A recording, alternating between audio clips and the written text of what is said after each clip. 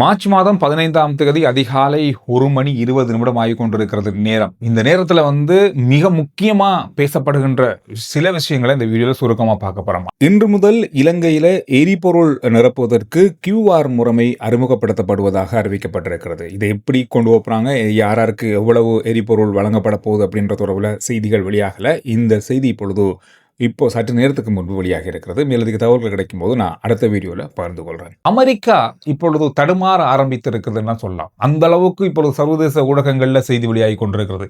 என்ன விஷயம்னு சொன்னா, அமெரிக்கா இப்பொழுது ஹார்முஸ் கால்வாயை திறப்பதற்கு அல்லது அதனை பாதுகாப்பதற்கு தன்னுடைய நட்பு நாடுகளுடைய போர்க்கப்பல்களை இந்த பகுதிக்கு கொண்டு வாருங்கள் சொல்லி அழைப்பு விடுத்திருக்காங்க. ட்ரம்ப் அவர்கள் அமெரிக்காவுடைய ஜனாதிபதி தன்னுடைய சமூக வலைதள பக்கத்தில் ஒரு பதிவிட்டிருக்காரு. இந்த ஹார்முஸ் கால்வாயை திறப்பதும் இதுல சுதந்திரமா கப்பல்கள் பயணிப்பதற்குமான அடுத்த கட்ட நடவடிக்கைக்காக தாங்கள் தயாராக இறங்கியிருக்கிறோம் என்ற பதிவிடப்பட்டிருக்கிறது. இதற்கு பிறகு அவர் விடுத்திருக்கிற கோரிக்கைன்னு சொன்னா, நட்பு நாடுகள் எல்லாமே தங்களுடைய யுத்த கப்பல்களை இங்கே கொண்டு வாருங்கள், ஹார்முஸ் கால்வாயினுடைய பகுதிகளுக்கு கொண்டு வாருங்கள், ஈரானுடைய தாக்குதலில் இருந்து மற்ற நாடுகளுடைய கப்பல்களை பாதுகாப்பதற்கு இந்த யுத்த கப்பல்களை பயன்படுத்துங்கள் என்று சொல்லி அழைப்பு விடுத்திருக்காரு. எந்தெந்த நாடுகளுக்கு அழைப்பு விடுத்திருக்காருன்னு சொன்னா, சீனா, பிரான்ஸ், ஜப்பான், தென்கொரியா, இங்கிலாந்து போன்ற நாடுகளுக்கு அவர் அழைப்பு விடுத்திருக்காரு. இது ஒரு பெரிய ஒரு பேசு பொருளாக மாறி இருக்கிறது. அமெரிக்காவால் தனியா சமாளிக்க முடியாமலா இந்த நாட்டினுடைய போர்க்கப்பல்களை அமெரிக்க ஜனாதிபதி அழைத்திருக்கிறார் அப்படின்றது ஒரு பெரிய ஒரு பரபரப்பான செய்தியாக மாறி இருக்கிறது.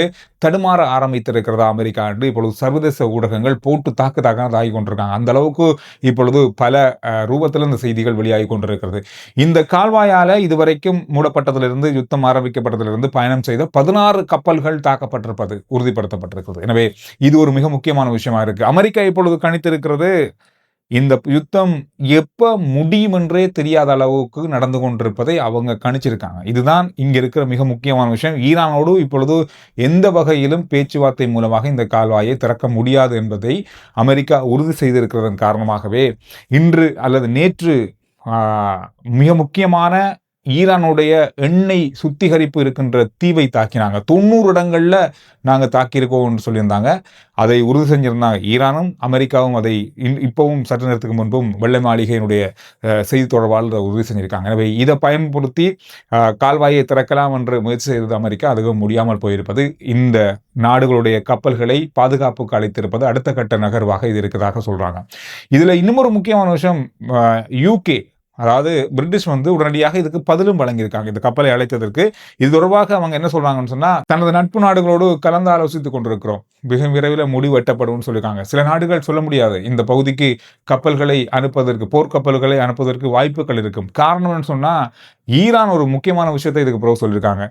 இந்த கால்வாய் மூடப்பட்டிருக்கிறது என்பது எங்களுடைய எதிரி நாடுகளுக்கு மாத்திரம்தான், அவங்களுடைய கப்பல்கள் பயணம் செய்வதற்கு மாத்திரம்தான், மற்ற நாடுகளுக்கு அல்ல என்று சொல்லியிருக்காங்க. தெளிவாக அவங்க சொல்லியிருக்காங்க. காரணம் என்னன்னா, நாம் அதில் ஒரு உதாரணத்தை எடுத்துக்கொள்ளலாம். நேற்றைய நாளில் இந்தியாவுடைய 2 இயற்கை எரிவாயு கப்பல்கள் இதே கால்வாயால தான் கடந்து இந்தியாவுடைய துறைமுகங்களுக்கு சென்று கொண்டிருக்கிறது. எனவே இந்த அடி மிகப்பெரிய அளவில் அமெரிக்காவையும் அமெரிக்காவுடைய நட்பு நாடுகளையும் பாதித்திருக்கிறது. இது மட்டுமில்லாமல் கடந்த ஒரு கிழமையில மாத்திரம் 27% எரிபொருட்களுடைய விலை அமெரிக்காவில் அதிகரிச்சிருக்கிறது. இந்த கிழமையில, அதாவது திங்கட்கிழமைக்கு பிறகு இன்னும் ஒரு 20% அதிகரிக்கலாம் என்ற பயத்தில் தான் இப்பொழுது அமெரிக்கா தன்னிடம் சேமிப்பில் இருக்கிற எரிபொருட்களை, அவசரத்துக்காக பயன்படுத்துகிற எரிபொருட்களை சந்தைக்கு அனுப்புறதுக்கான முயற்சிகளை மேற்கொண்டு வராங்க.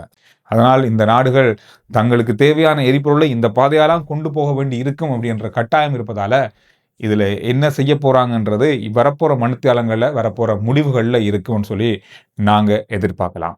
இதோட ஈரானிய ஜனாதிபதி தன்னுடைய எக்ஸ் தளத்துல ஒரு பதிவிட்டிருக்காரு. ஈரான் மீது இப்பொழுது அமெரிக்கா அதோடு இஸ்ரேல் 2 பேரும் சேர்ந்து தாக்குதல் நடத்தினாலும் அங்கு நடைபெறுகின்ற வளமையான செயற்பாடுகள் தொடர்ச்சியாக இடம்பெற்றுக் கொண்டிருக்கிறது. அரசு திணைக்களங்கள் இயங்குகின்றது, மக்களுடைய நடைமாட்டம் சாதாரணமாக இருக்கிறது, ஒரு சில போக்குவரத்துல சவால்கள் இருந்தாலும் அது சீர் செய்யப்பட்டிருக்கிறது இப்பொழுது என்ற தகவலை அவர் எக்ஸ் தளத்தில் பதிவிட்டிருக்காரு. அதோட நான் கடந்த மணித்தியாலத்தில் ஒரு சில வீடியோக்களை தேடி பார்த்தேன். ஈரானில் ஏதாவது முக்கியமான வீலோக் வீடியோக்கள் அல்லது லைஃப் ஸ்டைல் வீடியோக்கள் ஏதாவது அப்லோட் செய்யப்பட்டிருக்கிறதான்னு பார்க்கும்போது அப்லோட் பண்ணியிருக்காங்க. நிறைய பேர் நேற்று பண்ணியிருக்காங்க, இன்றைக்கு பண்ணியிருக்காங்க. இதோட இன்னும் ஒரு முக்கியமான பொறியை ஈரான் அமெரிக்கா மீது வைக்கிறாங்க அல்லது மத்திய கிழக்கு நாடுகள் மீது வைக்கிறாங்க. தங்களுடைய நாடுகளுக்குள்ள, அதாவது குறிப்பா மத்திய கிழக்கு நாடுகளுக்குள் இருக்கிற அமெரிக்க படைத்தளங்களை உடனடியாக அகற்ற வேண்டும் என்ற கோரிக்கையை முன்வைக்கிறாங்க. இது ஒரு பெரிய ஒரு இக்கட்டான சூழ்நிலையை இப்பொழுது மத்திய கிழக்கு நாடுகளுக்கு கொண்டு செல்கிறது. இதை ஹார்முஸ் கால்வாய் மேல எப்படி அவங்க உறுதியான ஒரு முடிவில் இருக்காங்களோ அதே போல மத்திய கிழக்கு நாடுகள் இருக்கிற அமெரிக்க படைத்தளங்கள் வெளியேற்றப்பட வேண்டும், இந்த நாடுகள் அவங்களை வெளியேற்ற வேண்டும் என்ற கோரிக்கையை முன்வைக்கிறாங்க. இல்லைன்னா தொடர்ச்சியாக அந்த படைத்தளங்கள் மீது ஏவுகணை தாக்குதல் தொடர்ந்தும் நடந்த வண்ணமே இருக்கும் என்றதையும் சொல்லியிருக்காங்க. இதனால மத்திய கிழக்கு நாடுகள் இதுல பெருசா யோசிக்க வேண்டி இருக்கும். காரணம், இந்த ஏவுகணை தாக்குதல்கள் தொடர்ச்சியாக நடந்து கொண்டிருந்தால் விமான போக்குவரத்துக்கள்ல அதிக பாதிப்புகள் வரலாம் என்று இப்பொழுது சர்வதேச ஊடகங்கள் செய்தி வெளியிட ஆரம்பிச்சிருக்காங்க. இப்போ இந்த யுத்தம் இந்த கிழமை முடியும், வார கிழமை முடியும்ன்றதால பல விமான போக்குவரத்துல தற்காலிகமா நிறுத்தி வச்சிருக்காங்க. இதனால ஓகே ஆனதுக்கு பிறகு அது நடக்கலாம். ஆனால் ஈரான் வச்சிருக்கிற இந்த கோரிக்கையானது இது நீண்ட கால பாதிப்பை மத்திய கிழக்கு நாடுகளுக்கு கொண்டு வரும் என்று சொல்லி இப்பொழுது பார்க்கப்படுது. இதுக்கு என்ன முடிவு மத்திய கிழக்கு நாடுகள் எடுக்க போறாங்கன்றது தெரியல. இதனால அமெரிக்காவுக்கு மத்திய கிழக்கு நாடுகள் மிகப்பெரிய அழுத்தத்தை கொண்டு போகலாம். இதனால பெரிய அளவான முடிவுகளை அமெரிக்கா எடுக்க வேண்டி வரலாம். இந்த மாதிரியான விஷயங்கள் இருக்கு.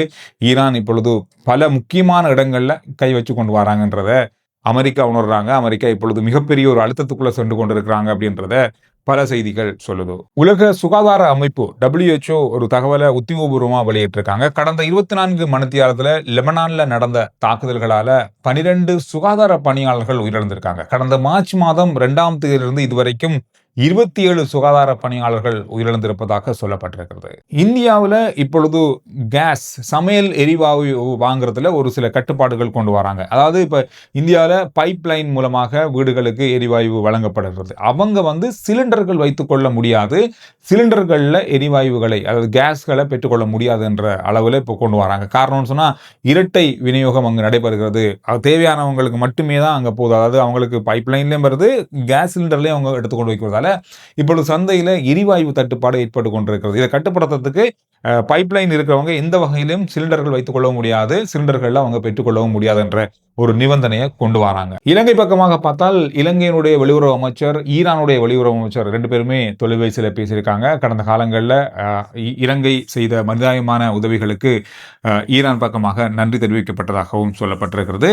அதோட இலங்கை போக்குவரத்து சபைக்கு சொந்தமான பேருந்துகளுக்கு கட்டண முறைமையை டிஜிட்டல் முறையில் மாற்ற போறாங்க. இது மிக விரைவில் நடக்க போகுது. இலங்கையில் இருக்கிற 107 டிப்போக்களில் இயங்குகிற அத்தனை பேருந்துகளுக்கும் இந்த டிஜிட்டல் முறையிலான கட்டண பதிவுகள் கொண்டு வர போறாங்க. இதில் டிக்கெட்டை எளியா புக் பண்றது, கேன்சல் பண்ணா மீண்டும் பணத்தை பயணிகளுக்கு வழங்குறது என்ற எல்லா வகையான சேவைகளும் இதில் உள்ளடக்கப்படும் என்ற அடிப்படையில் இந்த டிஜிட்டல் சேவை ஆரம்பிக்கப்பட போகுது. எனவே இந்த விஷயங்கள் தான் கடந்த மணித்தியாலங்களில் வந்த முக்கியமான செய்திகளுடைய தரவுகளாக இருக்கு. மத்திய கிழக்கு நாடுகள் எப்படி இருக்கு இப்பொழுது? அங்கு வேலை செய்கிற Qatar, Dubai, Oman, Saudi Arabia இந்த மாதிரியான முக்கியமான நாடுகளில், அதாவது மத்திய கிழக்கில் அத்தனை நாடுகளில் நம்ம நாட்கள் இருக்கீங்க, எங்கெங்கெல்லாம் இருந்து கேட்டுக்கொண்டிருக்கீங்க, பார்த்து கொண்டிருக்கீங்க, அங்கு எப்படி நிலைமை இருக்கின்றதையும் கருத்துக்களில் சொல்லுங்க. RJ சந்துரு ரிப்போர்ட் வாட்ஸ்அப் சேனலுடைய லிங்க் முதல் கமெண்ட்ஸ்லையும் டிஸ்கிரிப்ஷனும் இருக்கு. ஃபாலோ பண்ணுங்க. சுருக்கமான, விரைவான, முக்கியமான செய்திகளை அதில் அறிந்து கொள்ளலாம்.